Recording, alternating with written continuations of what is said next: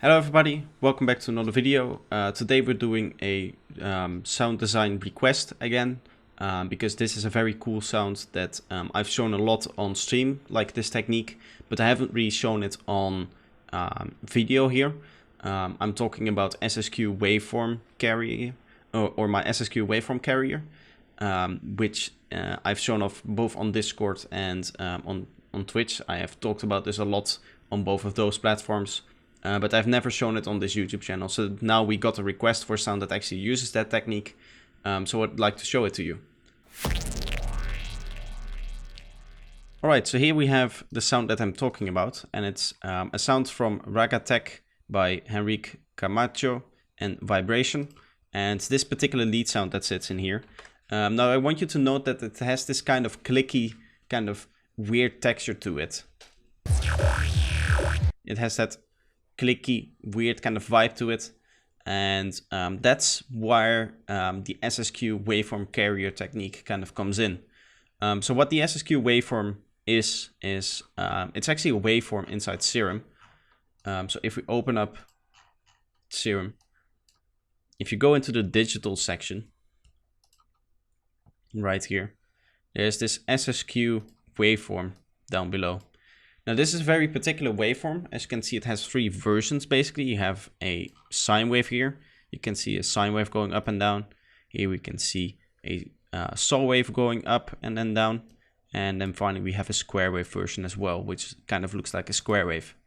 But the interesting thing about this, and it's mostly, it's the clearest on the saw wave version or on the sine wave version, is that it basically starts off very slow, this sine wave, and it just continuously speeds up and up and up, goes faster up until a certain point where it just cuts out.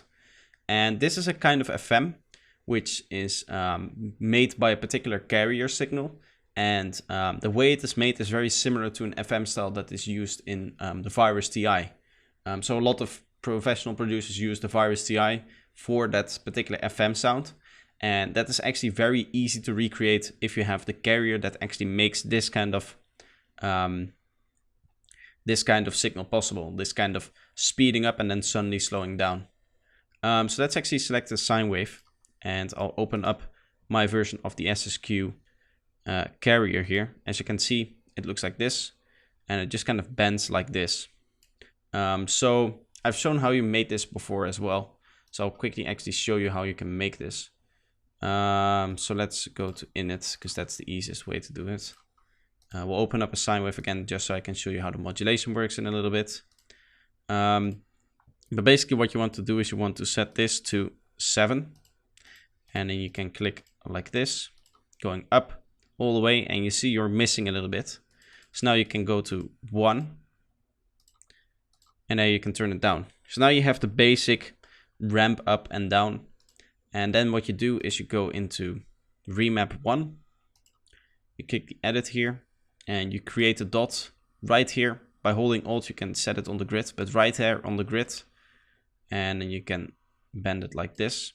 And I think that should do it. No, I want this to go down and that one to go up. You don't want it to be too extreme, but something like this is what you want. So now you can see with the remap function, we're actually getting the way our carrier, or the carrier the way we want it to.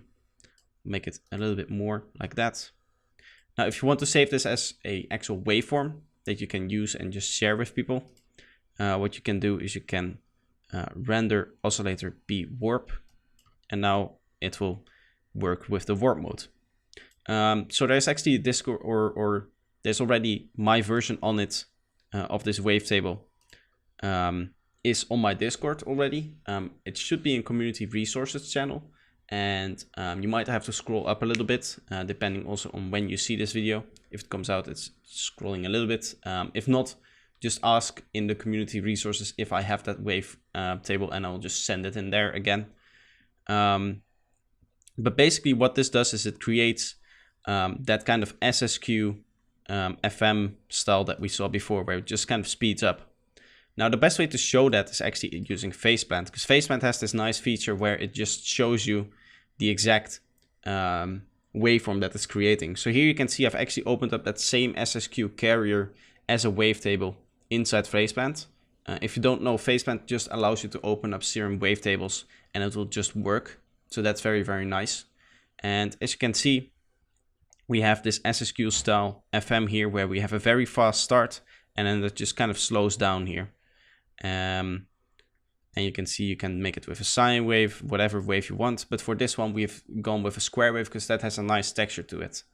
So now let's actually get into the sound and what's happening here. I'll play you my version of it. It's not exactly similar in terms of the modulation, but I'm pretty close with the tone.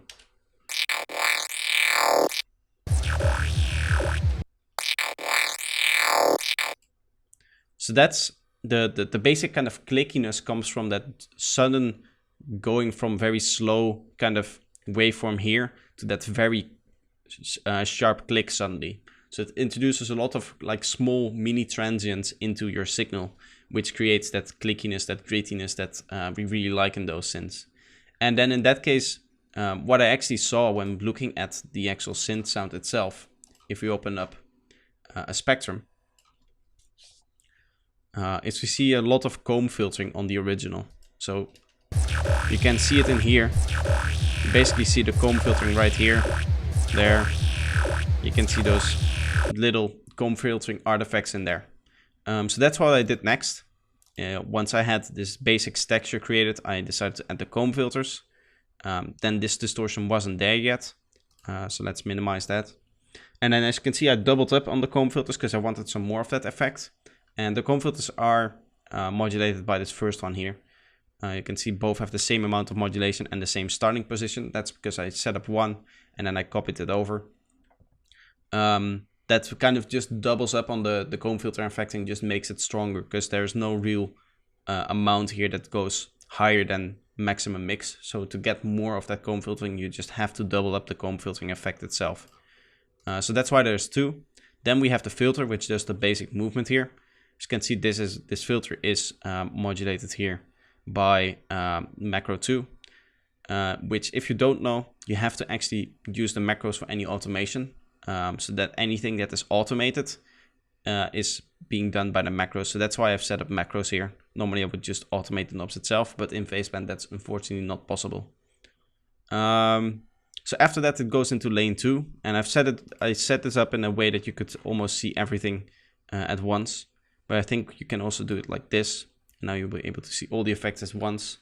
And so after it goes through the comb filters and the distortion that kind of brings in extra tone, it goes through the filter and then to a bit crusher, which brings in the nice high end. Without it, it doesn't really have the high end that the original sound has. It kind of sounds a little bit sloppy and not really that exciting. So the bit crushing is really there to just make the high end a little bit exciting. And it opened it up on default and I didn't have to set any frequencies. I just turned the mix down a little bit and that already sounded very, very good. So you can hear that just adds to the high end, and then we have a limiter to control the output. So overall, this is a very, very easy sound if you know what you're doing and if you know what to look for. So the way you can kind of identify these sounds is again through that clickiness that you hear. And it's a really weird kind of clickiness because it's not like the sound has one transient. It's every cycle kind of has a transient to it. It has this kind of punchy pitch down kind of effect that you would normally expect from like a pitch envelope. But it's done by this particular form of FM through this particular wavetable. And that kind of creates the pitch envelope that you hear just every cycle. So yeah, that's everything I have to say here. If you like this video, leave a like, and if you're new here, subscribe. If you have a request that you would like to see for a different sound, please let me know and I'll see if I can do that. Again, in the Discord link down below, you should also be able to request tutorials, but there's also the SSQ wavetable should be in there for anyone who wants to use that in their own productions and in their own sound design. But that's going to be it for today. Again, if you liked the video, leave a like, and if you're new, subscribe, and hope to see you next time. Bye bye.